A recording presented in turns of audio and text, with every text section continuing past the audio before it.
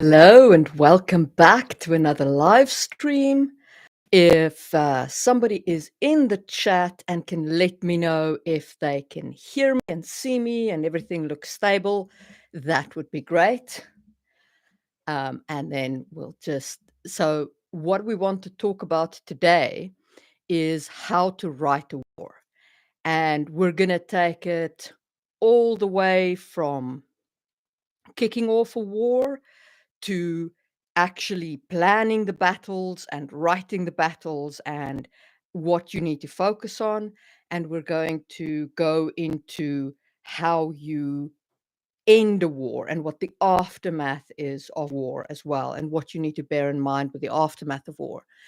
And we will also, if there's still time afterwards, we'll hit mistakes people make when writing a war. So we'll go through the details of what people do wrong with battles and with wars and in depicting these things in fantasy writing. And as we normally do on this channel, I've got a historical example all prepped and ready to go. And also we will do we'll have some conversations around fantasy aspects. I will also be stopping for Q&A as we go through each section. So, I'll be asking for questions from the chat, so load them up there, and I will address them as we go. Okay. I am hoping that everything is golden. If somebody could confirm, that would be amazing. All right. So, first, we need to start with understanding the context of war. Thank you, Z, and good to see you. First, we need to understand what is the context of war. So, what is the historical and political background that gave rise to the war? What political tensions exist? What historical grievances are there? What are the key incidents that actually sparked the conflict? Because those tensions, they're all background events, but something will have actually driven people over the edge. Then you need to understand who are the factions that are fighting and what motivates them, because this will change how the war plays out. If one side is driven to exterminate the other, there's only one way this war ends. But if one side is perhaps driven to, say, conquer a piece of land, it could end with them conquering or them being driven back. So it depends on that motivation involved. And then you have to remember your cultural and social impacts of your war. Just like with when I did the video about how politics matters to all walks of life, it is the same with war. War leaves no one untouched. The peasant in the field, the priest in the temple, the noble in the castle, the elected politician, everybody is touched by war. Even people at home, when you send your army abroad, are still affected by war, because they have to do without a generation of young men who are fighting and dying on a battlefield. They're getting news of deaths, and they're getting body bags back, and it's a country potentially in mourning. So you don't just think about the immediate impact on the battlefield. War is a societal thing. It affects everybody. So what you want out of understanding the context of war is you want a clear purpose for your war and a clear cause for your war. And to explain what I mean, I'm going to go through an historical example that resulted in a very, very long war, which is the 30 Years' War in Europe. This war was fought from 1618 to 1648. Okay, so the social tensions preceding the 30 Years' War was religious division and societal fragmentation. So the religious division was the Protestant Reformation and the Catholic Counter Reformation, which created these very, very deep divides within the Holy Roman Empire across Europe. And Protestant and Catholic states were basically in a constant state of tension against each other. And then Ferdinand of the Holy Roman Empire was a Catholic, and he tried to impose his Catholic interpretation of the divine right of kings to rule on the Holy Roman Empire states, bearing in mind the Holy Roman Empire is a multitude of little states, right? And they said no, because most of them are Protestants. They don't see kings that way. And it was pretty much off to the races, but we'll get to the inciting incident. So, and that social fragmentation that I just spoke about is that second form of tension, which is this patchwork of semi-autonomous territory, each with its own rules, laws, and religious affiliations. So you've got a religious division, and you have this um, fragmented state that is not a single solitary state. Okay, then you have economic tensions. European states were engaged in intense economic competition for dominance and for trade, as the states they look. Europe is a small continent, and it has a lot of people living on it. There was a lot of war and a lot of economic competition. Mostly that war is like France and Germany and Spain, sometimes with Italy thrown into the mix, and then England, and the rest of us just kinda live here and hope we don't get trampled too much. But they were always in a state of economic competition. And then Um, and then the political tension. Of course, we had the power struggles within the Holy Roman Empire, and we had dynastic rivalries within Europe.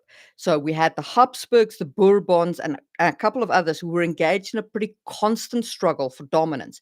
Bear in mind, the 30 Years' War was before there was such a thing as nation states. Okay, these people, these royal families, they were their state.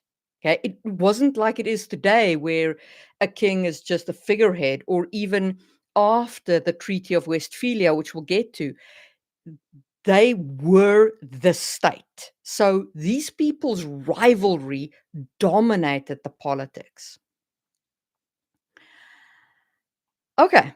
And then the triggering event of the Holy Roman Empire, besides old Ferdinand going, I'm a imposed divine rights of king on you guys, was the defenestration of Prague, which is just such an amazing word, defenestration. So the defenestration of Prague was where Protestant nobles threw two Catholic officials out of a castle window.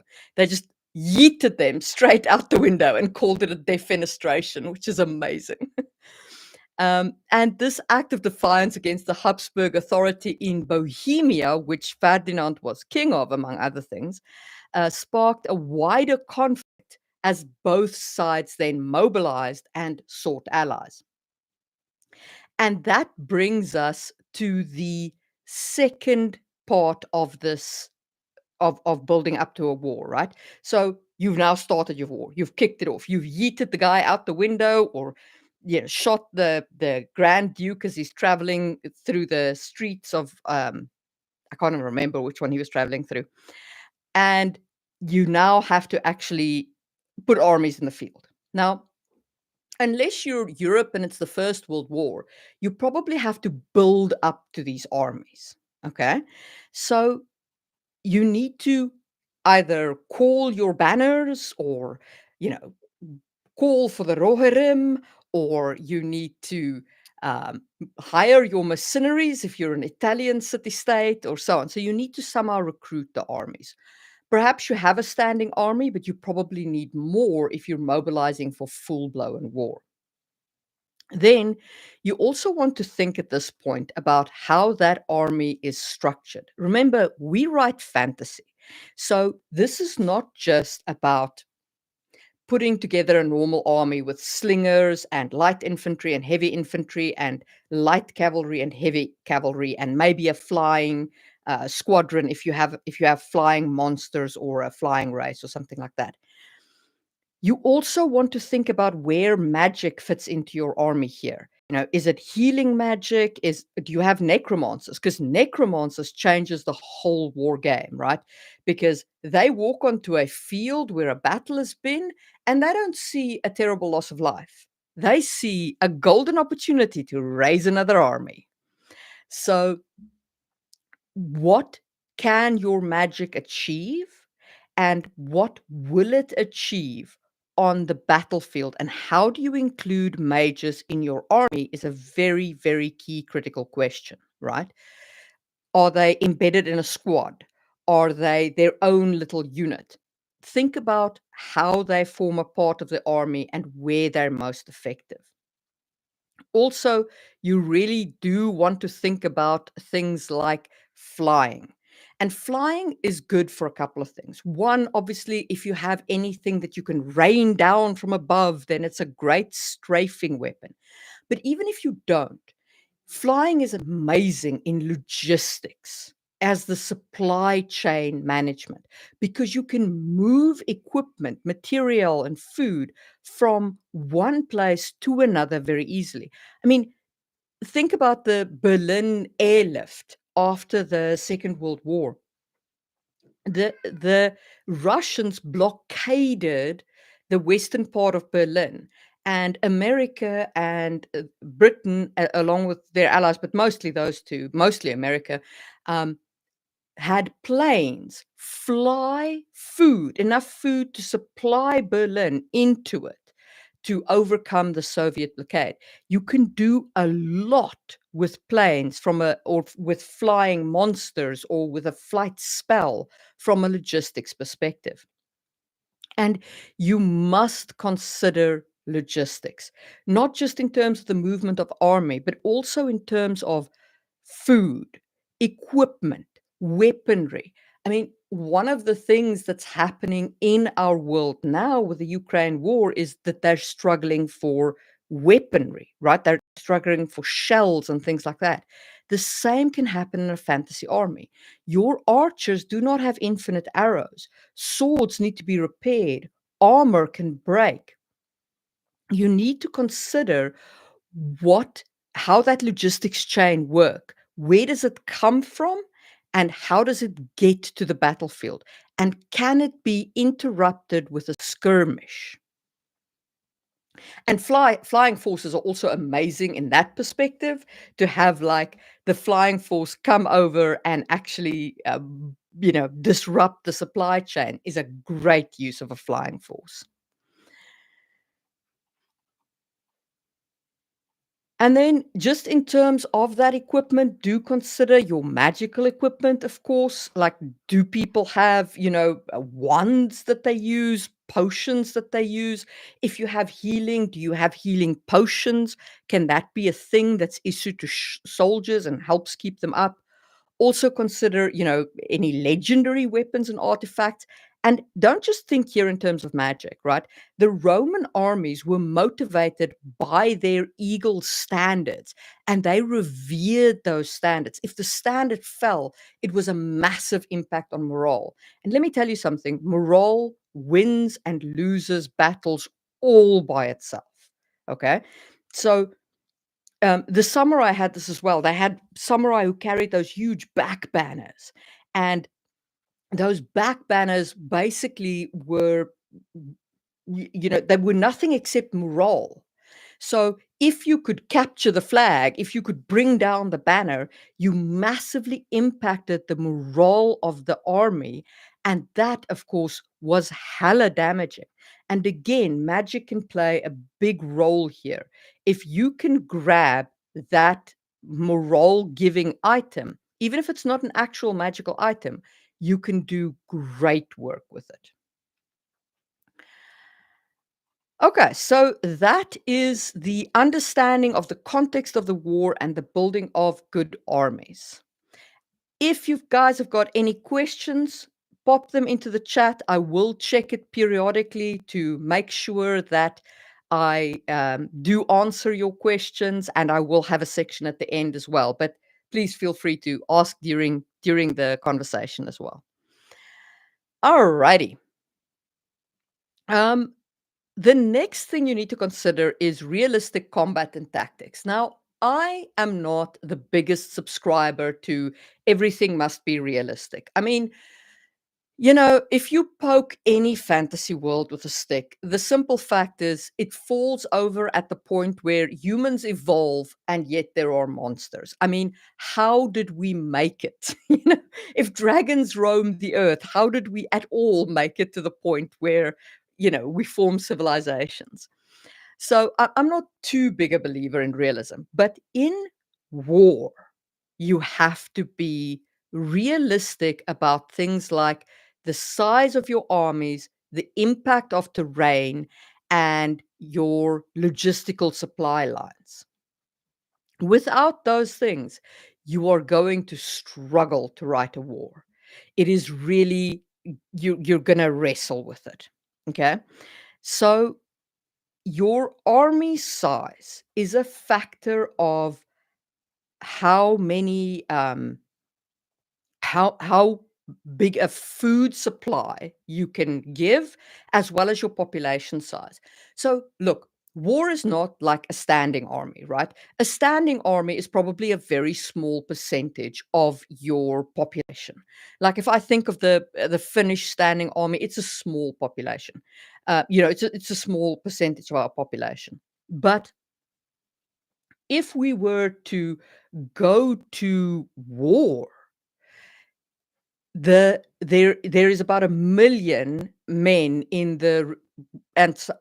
about 500,000 women, I think, at the last stats count, in the reserve of the army. These are people who have trained under our conscription model, but are not a part of the standing army. Um, and you that army that you can actually send to war, your war army, that army is dependent on how much and how good your agricultural technology is. I know that sounds funny, right? But it honestly makes such a huge difference. One of the reasons why Rome could field such armies is because of the efficiency of their agriculture in Rome, both by means of the slave labor and their actual techniques. Because if you strip the farms of male labor, so you're stripping a generation of labor away from the farms and putting it in the army, you cannot keep your population fed unless you have efficient technological means to do so. It's also why war drives technological innovation that isn't necessarily on the battlefield. Things like the manufacturing lines of the First World War and so on. It drives innovation out of necessity. You've removed all the people who would normally do the work. Now other people must. So think about things like how efficient is your agriculture and how big an army can you support because of that efficiency. Okay, then you need to. I see Noctalian's campfire say, "Should I strive for realism in my fantasy world building?" I I don't think so, Nocturnal. So I ran this giant fantasy survey, and my impression from people is they want fantasy. They want fantasy races, they want magic, they want monsters. So I think go for it. You know what I mean? Like people can suspend disbelief and they can mostly swallow it as long as you give them a veneer of a reason. The thing with war is, though, it is such a complex beast that if you don't stick somewhere close to the realism, you're going to struggle to make it make at all sense. And if it doesn't make sense, you lose all of the stakes. And without the stakes, it's just people dying. There's no there's no sense behind it. There's no purpose to it. Okay, so back to your realistic combat and tactics. You do want to think about things like what is the tactical positioning on a battlefield, right? Think about things like terrain and shelter, and fortifications. So I want to talk here briefly about the difference between the two types of battle that you get in a war. There's siege battles and there's open battles. Okay. And you can get kind of hybrid, and sometimes you kind of have shelter, but you don't really. The thing is, siege battles can last days, months, years if your defense point is strong enough. If you've got strong enough walls, you've got enough food, you've got enough material behind the war, you can keep going. Okay. As long as you can also keep bringing in food and you have fresh water and you can keep your ammo refreshed, you can run a siege for yonks. An open battle is over fast. Okay? An open battle does not last.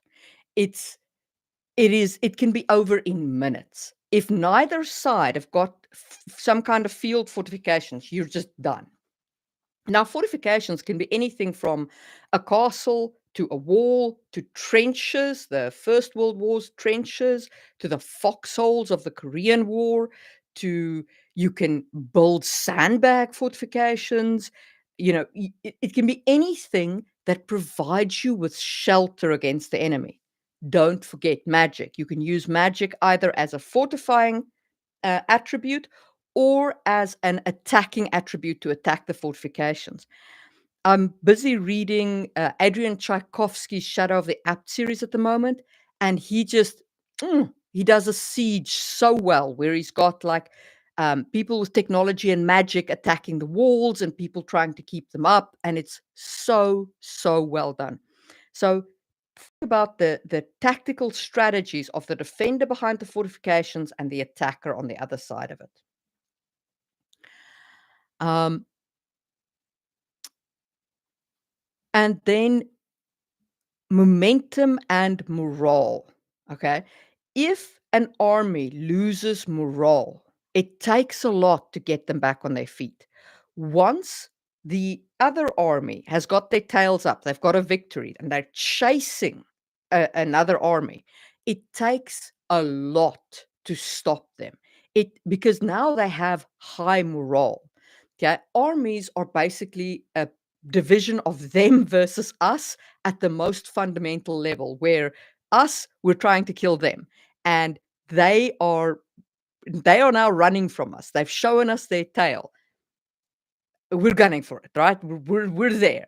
So morale and momentum are two things that you need to track throughout your war planning. Who has high morale, who has low morale, and how it goes. And we'll go through some examples from the 30 Years' War in a little bit. So let me just go through some key points through actual planning out your war. So one, you got to know of your factions, who do you want to have victorious? This can be multiple factions, right? But you need to know what's going to be the outcome for these guys. Then two, you want to treat war like a fight scene. You want to have some battles won and some battles lost, so that from the reader's perspective, there's a realistic to and fro. If you just have a war where one side steamrollers the other, then from the reader's perspective, it doesn't really feel like a war, kind of feels like a cakewalk. um, Logistics, weapons, food, clean water, medics, camp followers. Okay. I'm I'm truly not joking about the camp followers. If you have a bunch of soldiers, a good way to keep their morale up is to give them some place to go, you know? Um, so you need to think about how these people move. An army doesn't just move by itself, right? An army moves with a train of supporting personnel and with a heap of material. Yeah, it's not like just squadrons of marching people. There's wagons and there's additional support personnel and all of these kinds of activities. And then a good way to handle some parts of the war is to, instead of showing the battle, simply have war dispatches arrive with bad news or good news, like we won this battle or we lost this battle. And the reason why I say that is because war is incredibly complex. It's a huge thing to have a war. And if you're if you don't have characters in each battle and so on, then it can be hard to show those battles. And if you try and show every battle, your whole book is just going to be filled with battle. So my advice would be the battles that aren't that key critical that you maybe just want to use to affect morale, hit those with dispatches and then have your characters react with either surprise and delight or with like bad news and that's terrible or whatever the case may be. So ideally, what you want here is just to have the news arriving of off-screen battles. Sometimes. Obviously not for key critical battles. Okay, let me take a look at chat quickly. Lord Redwood says logistics is super underrated. I agree. Um, you know, if I think of one of the most annoying things about the later seasons of Game of Thrones with teleporting armies, like I don't those armies, like they just went poof, poof, poof, poof. Now they're here. Now they're there. No, no, people don't move like that. Armies definitely don't move like that. It is ridiculous. Logistics matter. Um, yeah, uh, you can use magic to overcome your logistics, as has been mentioned in the chat. You can open portals. In fact, Mercedes Lackey did great work of this in the Storm Warning books, where she actually had the mages like teleport to an imperial warehouse and steal its entire contents and teleport it back into their fortified position, which was just it was well done, it was well organized, and it really showed the importance of logistics. Um, Noctilon's campfire says he's got a race of birdmen. Um, Yeah, so you can if you have a flying race, you can use them as scouts, you can use them as battlefield attackers. John Gwaine used the Ben Elam this way, where they would swoop down on the battlefield and like pick up an officer and lift them up into the air and then just let them go. Like this creates an enormous confusion on the battlefield and it creates obviously, like, unaliving an officer causes chaos by itself, and then if you additionally have, like, the officer dropping in between its men, you're now creating a whole morale situation again. Remember, battles and morale and logistics. If you get those 2 right, you can go a long way, and I mean a long way with having a realistic war. Um, okay. Then remember then I want to just talk about character perspective and development. So war is fought at a global level, all right, 100%. But fantasy readers read books for characters. They fall in love with the characters and they want to know what happens to that character. And what you want to do here is, like with politics, you want to show the impact of war on both common soldiers and on common people and on officers. And you want to show fears, bravery, and personal growth through the conflict. Not just that there is a war, but what does this war mean for the characters? What does it mean for the characters that the readers are following, for their growth, for their impact on their loved ones, for how they approach life? Why matters here almost more than just what. And what you also want to build into your war is your moral dilemmas and psychological effects. One of the things that war does is it casts into stark relief the I want to say the cost of morality. Like if you say, I'm a pacifist, but now you have an aggressive army coming to attack you. I mean, you can be a pacifist, but your choice is defend yourself or be unalived. That's a harsh choice. Do you stick with your pacifist principles? And also think about things like what is the effect of abandoning your morality? Let's say, you're like, well, okay, I've been recruited as a soldier in the war. I'll do my soldierly duty, but I'm not gonna be a butcher.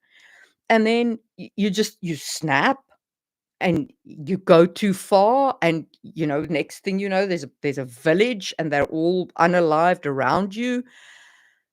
How do you deal with that? The PTSD effects, the survivor's guilt, the changes in worldview. These are all fundamental effects of war that you need to bear in mind, especially towards the end of the war.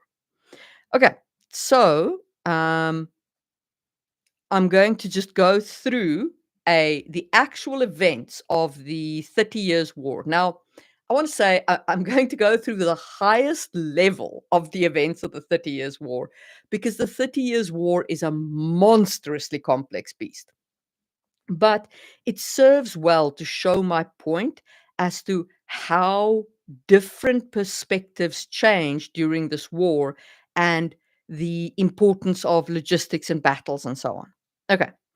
So it was primarily fought in Central Europe and it involved all of the major European powers eventually. But it began as a Protestant and Catholic struggle in the Holy Roman Empire.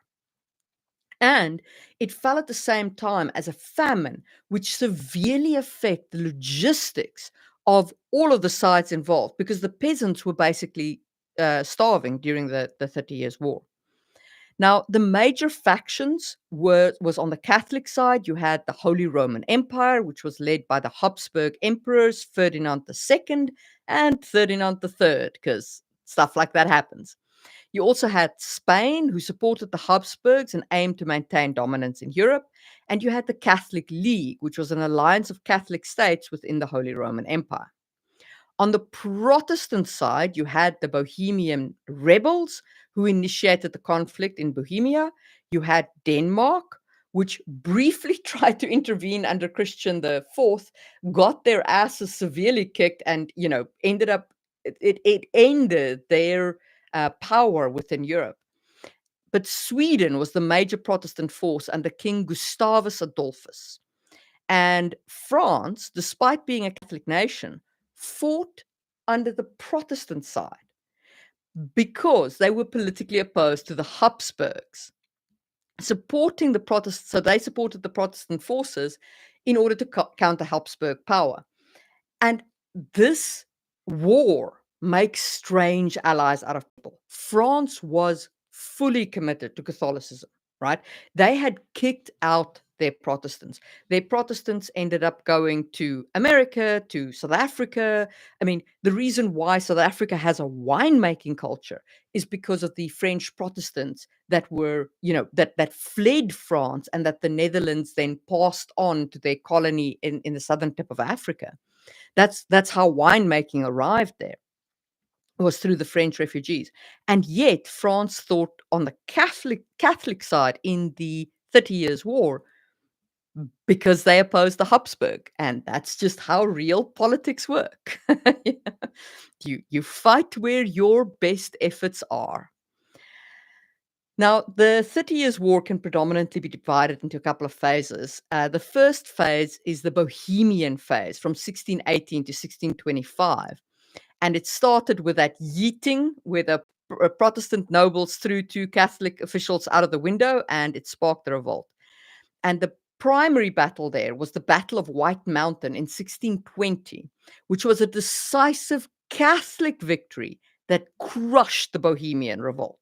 Okay, so at this point, the Catholics are high on the moral tree. They're gunning forward. Then you had the Danish phase from 1625 to 1629. So King Christian IV of Denmark intervened to support the Protestants because they've now just been, crushed below the the boot of the Catholics, so he's trying to prop them up. And the key battle here is the Battle of Lutter in 1626, where Catholic forces defeated the Danish army, leading to the Danish withdrawal. So now, again, look at what happens here with the morality, right? The the Danes lose, and they entirely withdraw from the war. Okay, the Catholics at this point must have thought, "Man, this war be over." But then we come to the Swedish phase. In 1630, from 1630 to 1635, King Gustavus Adolphus of Sweden entered the war to support the Protestant states, because Sweden is a Protestant nation. And there are two critical battles. So the battle at Breitenfeld in 1631, a significant Protestant victory led by Gustavus Adolphus, and the Battle of Lutzen in 1632, also a Protestant victory, but Gustavus Adolphus was killed in action. Okay, so two things. One, notice that these two battles are a year apart. Again, logistics, logistics, logistics. These people don't teleport from battlefield to battlefield, no matter what Dan and Dan thought when they were writing that script. Secondly, the Protestants scored a big morale boosting victory. Okay, so now they're feeling like they can take the Catholics on again. But then at the Battle of Lutzen, despite the fact that they win, their key defender, their key leader, is killed, and that gives them a morale blow. All right. Then we come to the Franco-Swedish phase. So this is 1635 to 1648. So our boys, Sweden, they're like leading the Protestant side, and they're all like morale up, but Gustavus is dead. But then they form an alliance with France, supporting the Protestant cause despite being a Catholic nation. Okay. And the key battle here is the Battle of Rocroi in 1643, which is a major French victory against the Spanish Habsburgs, which was, of course, who France was actually fighting against. And that more or less brings us to the end of the 30 Years' War, because peace was more or less declared after that. And we'll get to the aftermath in a bit. But first, winners and losers are hard to determine in the 30 Years' War, right? And sometimes life is like that. Wars aren't neat. Okay. People don't absolutely win or absolutely lose in most cases. Not obviously in all cases, there are exceptions, but there were people who gained out of these wars more than they lost, and there's people who lost out of this war more than they gained. So if we just look at our primary guys here, France, the champion out of the 30 Years' War. They were a major winner. They succeeded in weakening the Habsburgs. They expanded their influence. They gained territory in Alsace. They strengthened their position as the leading European power. They were top of the pile. And that, of course, set the stage for the era of Louis the 15th. I think that was the Sun King. Man, the Louis get so confused in my head. Anyway. Then Sweden also did really well. They emerged as they gained control over territories in northern Germany, including parts of Pomerania and Bremen, which enhanced their influence in the region. And this allowed them to play a pretty crucial role during the Peace of Westphalia, securing their major power in Northern Europe. And they would retain that status until they came a cropper against Peter the Great of Russia, which was the war in which they lost Finland as well. Well, in which they gave Finland away to Russia.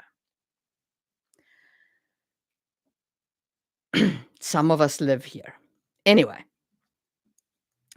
The Holy Roman Empire pretty much shattered at this point. They really lost a lot during this 30 Wars, and it pretty much set it up for the Holy Roman Empire to eventually be dissolved and for the formation of the Austro-Hungarian Empire and the alliance of German-speaking states, which of course would be ruled eventually by the Kaisers, and the Otto von Bismarck would be involved in that creation, and basically the rise of the German state. Spain lost a truck ton. They were allied with the Habsburgs. They faced they basically lost everything. They were forced to recognize the independence of the Dutch Republic, and it strained their finances. And Spain basically, just as a major European power, took a nosedive after this war. Okay, so that was the 30 Years' War. I hope you guys enjoyed that. It is one of the most complex wars in Europe, and if you're looking for a complicated war with multiple factions, look up the 30 Years' War. Seriously, it was such a mess, and there's such glorious plot there for. I mean, it must have been terrible for the people living through it, and I don't minimize that at all. But from a fantasy world builder's perspective, the plot in the 30 Years' War is like amazing. It's just everywhere. Z says it was Louis XIV. Yes. Roman numerals are not my friend, and everybody puts them in Roman numerals, and they always leave me kind of staring at them. Okay. So let's talk about the aftermath. Lord Redwood, what less complicated wars would you recommend to check out? So, the 100 Years' War between France and England, for all that it is a longer war, was less complex because it basically it was just the two forces, you know, clashing for a very long time. If you're looking for a medieval war, uh, Caesar's wars, the Gallic wars, are amazing. If you're looking for like a classic war study, they've got some great campaigns there. If you're looking for a serious strategic war, if you're looking for like opposing armies and stuff, check out the Carthaginian Roman wars. They were just because they were naval battles, and they were two armies of almost equal strength, clashing against each other, and their conflict was very much like to and fro and to and fro, with like the various generals and Hannibal's like tactics in Rome itself, and Scipio Africanus, like all of that is fantastic. Highly recommend. Um, Another great place to look at is the Persian battles, the Akkadian Empire and the Hittite battles, although you've got less of your tactics available there because that's starting to get into places where we start losing the written record. The Three Kingdoms period of Japan, Z, or is it China? Man, sorry. I'm now my head is a little bit spinning on that one. But yeah, China's got a great historical period. And like the West, they've got detailed written records, which helps when you want to analyze a war, right? So you can the Three States period, fantastic. The Warring Kingdoms, also great. Japan has got the Meiji Revolution has got some great battles and warfare between the two sides. If you're looking for kind of a civil war approach, yeah, all of those are solid. um, Then, and of course, I mean, if you're looking for pure wars of conquest, don't forget about a good old Alexander, the guy who spent all his life on the back of a horse conquering everything. And the Mongols also had hella good records about their wars. If you're looking for more of a nomadic style of war where you take your whole population with you. Alrighty. Let's talk about the aftermath of war. So, reconstruction. And so once you've had a war, if you're on the losing side, there's a lot that affects you. I did a little video about this, the scars that wars cause, where I spoke about the effect of war on Finland, for example, because we were on the losing side of the Second World War. That's something that not many people know. um, and and it has a profound effect on your psyche, your national psyche. And you want to also think about things like rebuilding. Like if you think about, especially in the aftermath of wars with bombing capabilities, or with draconic fire breath capabilities, or magical destruction, you've left a devastated city in your wake. Those buildings have to come back up. Like, it's a mess. You've got to rebuild. People have to rebuild their lives. You have soldiers coming back from the war who are suffering from PTSD, who have, they've been through hell and back. Like, there's a lot that goes into reconstructing the society, and it will inevitably result in shifts that occur both at a cultural level and at a political level. Culture shifts because material conditions change, and material conditions change because the you've lost a generation of young men. Yeah. Because of that, women have to work. Because of that, women start agitating for rights because they are now an economic part of the country. These things have an impact on your culture. So a war is a big cultural shifting thing. It changes things. So if we look at the 30 Years' War again, the 30 Years' War had massive changes. And I'll explain why. The 30 Years' War set the stage for our modern world. Okay, so physically first, many regions, especially in the Holy Roman Empire, were left in ruins. Even without bombs, it was devastating, right?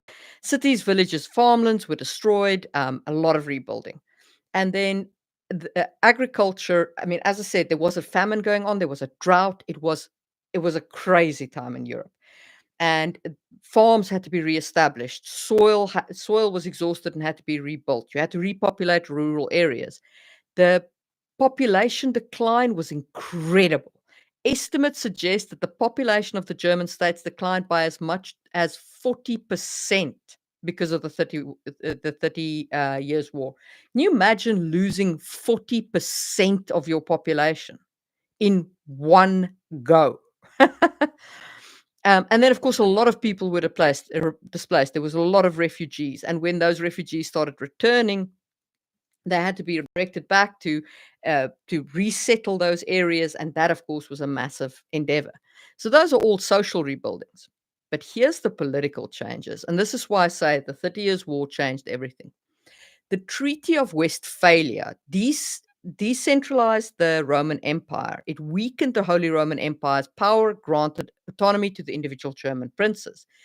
And this decentralization laid the groundwork for the modern state system of Europe. The Treaty of Westphalia is where we get countries from. Okay? It established important principles of national sovereignty and non-interference in the internal affairs of other states, which are considered foundational to international law. That treaty said these are countries, and countries don't interfere with each other.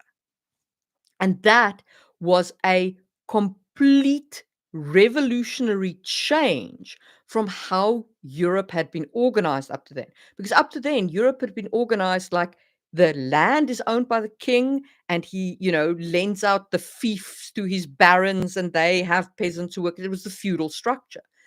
The Treaty of Westphalia said this is a country. You're invading a country, and these people live in this country.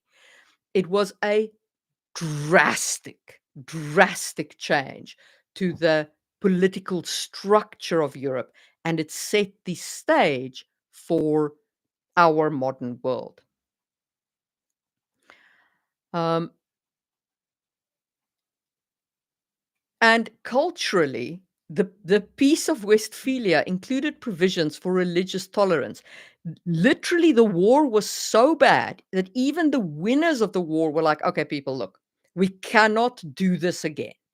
Right? We got to find a way to get along. Even if, you believe in things we don't believe in, even if we disagree, we got to get along. This cannot be again.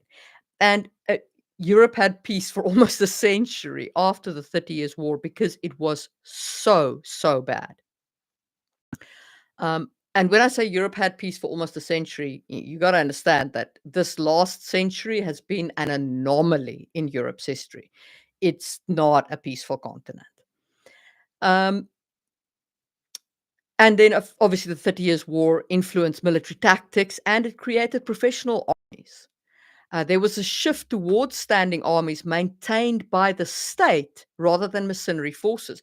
Basically, the 30 Years' War meant your mercenary forces dropped off, and the state now had an army because the state, the country, is now considered to exist by the Treaty of Westphalia. So, massive impacts post the war. Any good Bronze Age war examples? So I would look towards the campaigns of Sargon of Akkad, where he conquered what I think that was Bronze. Yeah, it was Bronze Age. He conquered a whole series. The Akkadian Empire established a whole series of good wars. Also the Hittite Empire. The Hittites were amazing. They were so war orientated that you couldn't become king of the Hittites without going through a trial where you had to lead an army into war. And if your army didn't win, even if you were the king's son, you didn't get to be king. We'll try someone else. Thanks for coming. Try again next time. So, Jay Locklear, I would look towards the Hittite armies or the Akkadian armies for Bronze Age examples. They're both very good in that area. Noctiland's tribal wars. So yes, absolutely. So tribal wars are obviously smaller than the scale of the 30 Years' War. If you think about I would actually look to the Zulu wars in southern Africa. Look up Shaka's wars, and before him was Impendi, Shaka's father. I speak under correction. I want to say it's Impendi or Impa, but I don't have the name in front of me right now. But the Zulu Xhosa wars in the southern tip of Africa is very good examples of tribal wars, and they're quite well documented, so you can get a lot of tactics out of them. They're a little smaller in scale than these massive mobilizations, of the 30 Years' War, but they have the same impacts, right? You still need your reason for going to war. You still need your back and forth in the war, your multiple battles. You still have fortifications that are important. You still need to consider logistics. It doesn't matter if you've got a small army or a big army, you still got to feed them. So many of the same elements apply, but the scale is more localized. But yeah, I would look at the Zulu Xhosa wars of Southern Africa. I think you'll get a lot of good detail out of that. Okay. So, let me quickly do the common mistakes in depicting war in fantasy. So, where did I get the wallpapers behind me? I got them off Amazon. They're actually technically they're tapestries, or at least I looked for them at tapestries. They're basically a printed cloth with the images printed on them. And I thought they were really cool, and they make for easy hanging because I just have like Velcro strips up, and then I just Velcro them to the wall. So they're great. Then okay, so common mistakes in depicting war in fantasy. Oversimplification. Okay. Clear-cut good versus evil conflicts is not realistic. Generally speaking, there are nuanced motivations on both sides. A really good example of this done right is The Shadow of the Apt by Adrian Tchaikovsky, which I'm reading at the moment. So when I started reading it, I thought the Wasp Empire was basically going to be depicted as all evil because that's how it came across. It started out with them just basically steamrollering down into the lowlands and the lowlands like desperately scrambling for defense. And I was like, okay, so the Wasp Empire are our evil bad guys.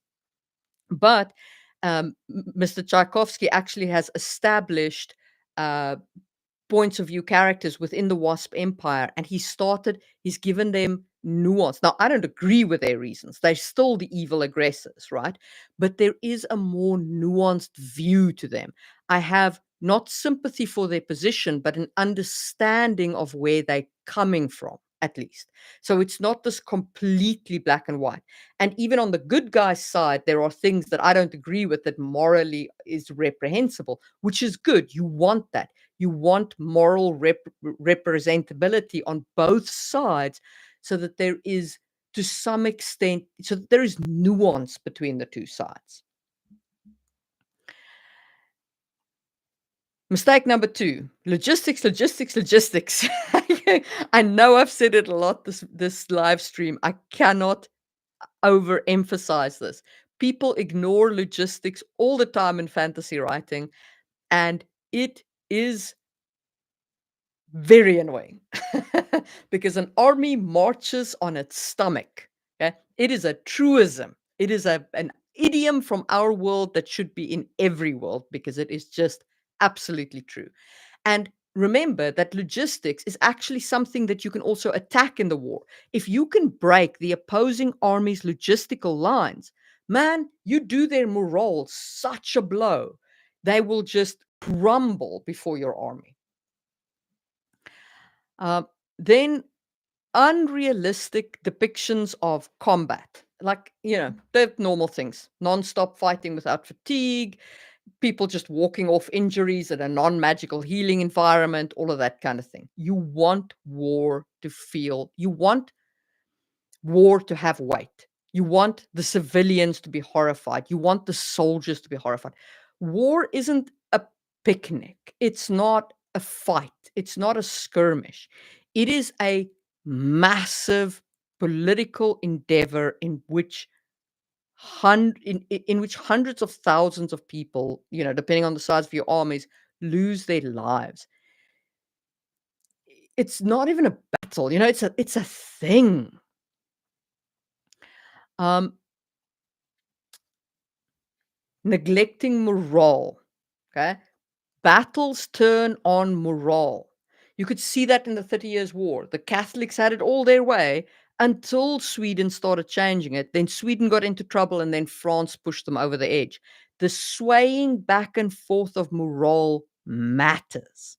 Isn't just for battles, it's for the war as a whole. An army that's been defeated needs to be somehow picked up again. What was that speech that Henry V gave in, Agincourt? Not that he actually gave it, but the words Shakespeare put in his mouth, because his army needed the morale boost. So you really want to look into, like, how is the army's morale doing and what happens to lift them up. Can you use magic here? Can you use fantasy creatures here? Can you use flags, standards? Don't forget about those things. As I said, like this, the samurai had their back banners, the Romans had their standards. Like, flags matter. In fact, the origin of flags, according to the Danes, and they claim to have the first modern flag, is that they were on a battlefield and this cape of, white with a red cross came flying out of the air and settled on the king's shoulders, or I don't know, something like that, some legend like that. And this is why their flag looks that way. And they won the battle. Flags matter because they boost morale. Symbols, national symbols, or army symbols, the royal family symbols, whatever, they matter because they boost morale. It's not even about magic. It's just about keeping the army together. Um, and then the last mistake I want to talk about is the lack of strategic depth. And I want to pick here on The Hobbit, A Battle of Five Armies. A war is not a battle. Okay? A battle is a battle. It's one thing. And you can have a battle without a war. But a war is multiple battles that sway back and forth between these opponents. You don't you don't have five armies that come together on a plane, have one fight, and then the war's done. Like, say what now? Now there's a lot wrong with what they did with the Hobbit. Like they should never have stretched it over 3 movies and all the rest of that stuff. But when you're planning your war, plan for the battles to sway back and forth between the various factions while the faction that you want winning or the factions that you want to come out on top get the biggest morale boost. They get the biggest battles. They get the lifts at the right point and they eventually triumph. Treat it like you would write a fight scene. In a fight scene, you don't want your POV character or your winning character, you don't want them to just have everything go their own way, right? You want them to struggle, to fight back and forth, to get hit in the face a few times, to have some blood running down them. And you do all that, and then eventually they land the blow that ends their opponent. You want a war to have the same approach, battles back and forth. Lord Redwood says a really cool book for logistics, Civil War, a study of military transportation. The US Civil War. The US Civil War, by the way, has got some really, really great like study for battle and tactics. And as does the Revolutionary War against Britain. The Revolutionary War is actually fascinating because of the moral problems and shifts that they had to deal with, because they declared the Revolutionary War, but at first they were losing, the revolutionary soldiers, and keeping the army's morale up was actually quite a task on the part of Washington and his command staff. So if you're looking for like ideas of how to keep an army together if they have poor morale, I think you would do well to study the Revolutionary War and see how Washington managed to, in the end, despite the early losses, keep his army together enough to, kick Britain out. So it's worth looking into. Yeah. I am open to any other questions. If anybody's got them, whatever questions, war or anything else, I guess I'll give it 5 or 6 minutes. I do like these Dune cups. They're kind of snazzy. The French-Indian War, yes. The French-Indian War is a great war as well. Jay Locklear, how many factions are too many? It depends on how much time you want to give this war, right? Because it's a case of like, if this war is going to be the prime focus of your story, then you could have 5, 6 factions. Easy. Okay? But bear in mind that for each faction, you have to come up with what they're trying to do, the nuances that play into them, and how that all, works for them. And ideally, what you probably want to end up with is something where you've got 2 kind of overall factions, and then within those factions, you've got sub-factions, and you've got, people politicking inside those overall factions, because that allows you to have like your fairly clear-cut battle clashes, but at the same time, it gives you a scope for politics inside the mechanism of war as people are trying to, one up each other inside that inside their overarching factions. That would be my general advice. I wouldn't go for more than 6 factions. I think 6 is pushing it, and 6 only if war is the actual focal element of your book. Um, yeah. The French Indian War is also a very interesting study. There's a lot of interesting studies in the Americans history.